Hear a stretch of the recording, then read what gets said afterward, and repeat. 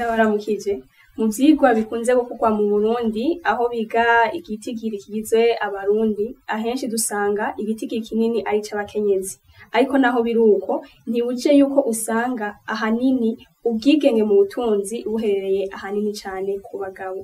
Uno musi turi mu kiganiro Ladies Talk gifashwe mu mugongo na Search for Common Ground. Turaza kurabira hamwe ibijanye n'ubwigenge mu butunzi kw'abakenyezi b'abarundikazi. Uno musi rero turi kumwe n'abatumire b'abakenyezi, reka batwidondore batwarire ivyo bakora. Ni bamwe mu bakenyezi bafise ubwigenge mu butunzi. Kaze. Murakoze. Reka duhere mu kuryo. Murakoze cane kudutumira. Jewe nitwa Nibizi Grace Françoise, nkaba ndongoye ishirahamwe yitwa SACODE. SACODE bisigura Santé Communauté Développement. Yego. Murakoze. Nanje nkaba nitwa Shamiyu Muiteka, abasanzwe n'umukozi w'urunani CAPAD. CAPAD akaba ari urunani ruhurikiyemo amakoperative y'abarimyi. Duhereye muri SACODE, mbega ku bwanyu ubwigenge bw'umukenyezi mu butunzi mwubuha insiguro yihe? Ubwigenge bw'umukenyezi mu butunzi nubiha isiguro ifatiye ku bintu nuvuga nka ahanini bibiri. Ni ukuvuga umukenyezi ashobora kwiha ico ashaka, ni ukuvuga umukenyezi ashobora kugaburira abana, ashobora kubigisha, ashobora ari ufise aho abaye, ashobora gupanga inzu wenyene, ashobora kurangura ibintu wenyene atarinze kwiyumvira yuko hariho uwundi, yaba umugabo canke uwundi mukenyezi yobimufashamwo. Mbega muri CAPAD naho ubwigenge bw'umukenyezi mu butunzi mubiha insiguro yihe? Mu ncamake rero novuga yuko umukenyezi yigenga mu vy'ubutunzi ni wa mukenyezi ashobora gukora ivyo vyose bimufasha kwiteza imbere ku buryo bworoshe. Ni wa mukenyezi ashobora kuronka ivyo vyose bikenewe mu kubaho kwiwe, yaba ari mu buzima bwa misi yose ndetse no mu bikorwa vyiwe vya misi yose. Dufatiye ku nyishu muhejeje gutanga, ku bwanyu mubona ubwigenge bw'umukenyezi mu butunzi bwifashe gute mu Burundi? Ubwigenge bw'umukenyezi mu butunzi mu Burundi burafise ingorane. Ahanini izo ngorane zifatiye yuko nk'uko mwabimenyesheje abakenyezi nibo benshi, mugabo ibiharuro vyinshi birerekana ko abakenyezi batize. Rero iyo umukenyezi burya atize hariho ikintu gikomeye cane ataba ashobora gushikako kijanye n'ingene yokwigenza, n'ingene n'ubumenyi bwo mutuma arangura ivyo ashaka kurangura. Abakenyezi rero benshi ntibize. Uko kutiga rero kugira ico novuga ingaruka nyinshi cane ku buzima bwiwe, kuko iyo aramutse agize amahirwe akaja nko kubaka urugo, ubwa mbere hoho kuba atize bimutuma kenshi ko tubibona aja kubaka urugo hataragera. Namwe mubona ubutunzi, ubwigenge bw'umukenyezi mu butunzi vyifashe gute mu Burundi? Jewe navuga yuko umukenyezi w'umwirimizikazi arafise iyo yavuye naho yagiye, naho ageze uno musi. Ni ukuvuga ko intambwe irahari naho itaraba ishemeye rwose, kuko intambamyi ziracahari kubera yuko nibaze yuko kutamenya gusoma no kwandika ico sinokigarukako mugenzi wanje yagisiguye neza. Hariho kandi no kutamenya umukenyezi kenshi usanga kubera ataba yarize ngo ageze kure, na cane ko anafatirwa n'utundi dukorwa usanga bituma aguma muhira ntasohoke, aronka amakuru, aganire n'abandi, bahanahane ivyiyumviro, bahanahana amakuru ku bijanye n'imyuga yabo bariko barakora. Ni ukuvuga yuko umukenyezi muri ico gihe uca usanga hariho ibiriko biramusiga. Ego tukingaho nyene mwavuze ko hariho abataronka umwanya wo kumenya amakuru, bataronka umwanya wo kuja hamwe n'abandi. Mbega nta gihe twohava dusanga kutigenga kw'abakenyezi mu butunzi vyaba biva kuri bo nyene, kumira batazi kwipangira umwanya, kumira batazi gukerebuka ngo barondere amakuru babifatanyije na vya bindi, nta kuntu vyoba bihuye nuko ari bo boba bagize batuma ubwabo badatera imbere mu butunzi. Navuze yuko ugiye kuraba ku munsi umukenyezi bimufatira, nibaza yuko afatiye ku mwanya munini ya gusumba umugabo we wararonka umwanya wo kuja mu kabari kugira ahantu ivyiyumviro n'abandi, ariko umukenyezi ava mu murima agenda muhira kugira ngo akore ibindi vyo bikorwa bimuhamagarira muhira nawe. Ni ukuvuga yuko ugiye kuraba ku rutonde rw'ibikorwa vy'umukenyezi, umukenyezi ahakwa gukora amasaha 28 ku munsi, kuko hariho ibikorwa vyo mu murima, hariho ibikorwa vyo kuraba guhindera abana, kubaronderera n'ibindi vyose bijana. Aratubariye yuko ahanini biva ku bikorwa umukenyezi aba afise, kuvoma, kurima, gusenya. Mbega hano mu gisagara naho hari igihe ushobora gusanga ari umukenyezi yirirwa muhira arafise umukozi abikora vyose, ariko ugasanga ntaho arigeza mu bijanye n'ubutunzi.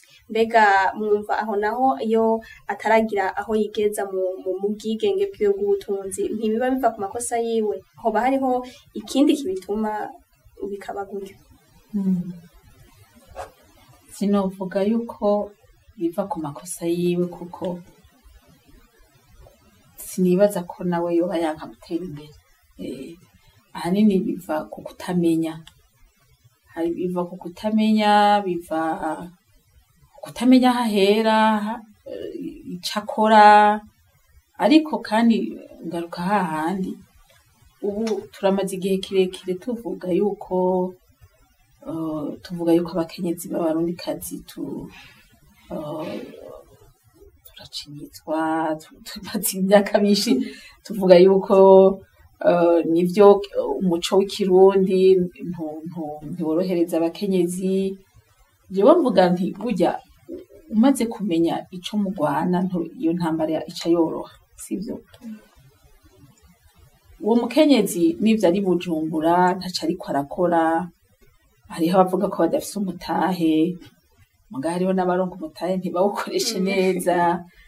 Ni ukuvuga yuko vyinshi je novuga ko bihagaze ku kutamenya koko ico ushaka, kuko iyo uzi ico ushaka gushikako, kuko ico ni ikindi gihambaye, kumenya ico ushaka gushika kuki, hanyuma ukamenya uti inzitizi burya ndazizi, nivyo ibikorwa vyose nivyo ndabijejwe, mugabo uraheza ukitunganya ukamenya uti burya naho muba mubona abakenyezi bateye imbere, burya baba barakoze akazi kenshi cane.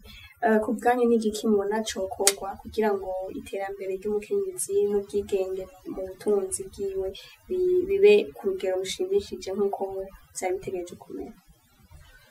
Jewe nko kuri abo bakenyezi b'abirimizi nosaba yuko bobafasha kubigisha kurima kijambere, bashobore gukora barime vyinshi, barimisha amamashini, hama babihingure, babidandaze ku masoko y'u Burundi n'amasoko mpuzamakungu. Ubwo nibwo burimyi bwo guhaya, tuvuga tuti abakenyezi bari mu burimyi kandi burabateje imbere. Hama ku bakenyezi nabo bagiriwe amahirwe yo kwiga, ni intambamye turazizi, ubu ntitwogwama turiko turazivuga twidoga. Ni bimwe navuze yuko buryo wamaze kumenya ico muhangana naco, uraheza ukamenya ingene ucifatamwo. Turafise umuco ugoye usubiza inyuma abakenyezi, naha mu kizungu abakenyezi nyene, kandi bitavuzwe mugabo umukenyezi agumeye. Hama umugabo kubera tudafise uburyo bwo guhindura uwo muco, niwe wo kwipanga, niwe wo kwitunganya, ukavuga uti ntashe ndazi ku rugo rubazwa jewe, naho n'umukenyezi yize akora, urugo rubazwa ingene mu rugo bitunganijwe, indero y'abana, amashure, urugo rusa neza, gusuma bibazwa jewe. Ni bimwe nababwiye yuko ucoheza ukitunganya ugakora akazi karuha nuko nyene, ukajya mutevye, ukazinduka kare, ukajya inyuma y'abandi, ukavyuka imbere y'abandi, ariko igikuru nugushika kuri iryo hangiro wihaye yo kuba umukenyezi ataca asaba. namwe kubwanyu n'iki mubona cokorwa kugira ngo ubwigenge mu butunzi bw'umukenyezi bibe ku rugero rushimishije mu Burundi? navuga yuko icambere umuntu yokorera ko ni ugufasha yuko ingendo yohinduka. Guhindura ingendo naho si igikorwa gikorwa ku munsi umwe, ni urugamba umuntu ahozako. Ni ukuvuga rero yuko hakwiye guhimirizwa abagabo n'abagore bakumva ibintu kumwe, bakumva yuko iterambere ry'umukenyezi, jewe nama mvuga iyo umukenyezi ateye imbere n'umuryango wose utera imbere, iyo umukenyezi ateye imbere n'igihugu cyose gitera imbere. Mu gihe rero azoba akoze yidegembye mu rugo rwiwe, mu gihe bazofashanya n'umushinga ntahe wiwe, umwe agahanura uwundi, ari ubona ananiwe uwundi akamufasha, kuko hajya anye ndabarahiye nta muhanuzi mukuru kuri iyi si nk'umukenyezi. Mu gihe abayeho mu buryo bwiza ata muntu ariko aramugora, mu gihe umukenyezi yidegembye. Ni ukuvuga rero yuko dukwiye yuko duhimiriza abagabo n'abagore kugira ngo bafashanye. Twebwe ibyo muri kapade twarabitanguye kuko na cyane cyane ko abanywanyi b'urunani kapade bari umuryango, ni ukuvuga ko inyigisho tuzironsa bose. Ikindi naco novuga nk'igikorwa cokorwa ni uko abakenyezi bokwijukira kuja mu mashirahamwe, bokwijukira kuja mu makoperative. Murabona yuko na leta yatanguje umugambi wo gushingisha amakoperative kuva ku mitumba. Abakenyezi rero bokwitabira amashirahamwe, bakitabira n'amakoperative, kuko niyo bakora inyigisho, niyo bahanahanira ubumenyi n'abandi. Ego, reka turangize tubashimira kuba mwitabiriye ubutumire bwacu. Twizeye ko n'ubundi nitwabatumira muzogaruka. Turashimiye ko mwadukurikiranye. Twari mu kiganiro Ladies Talk gifashwe mu mugongo na Search for Common Ground mu Burundi. Naho gutaha.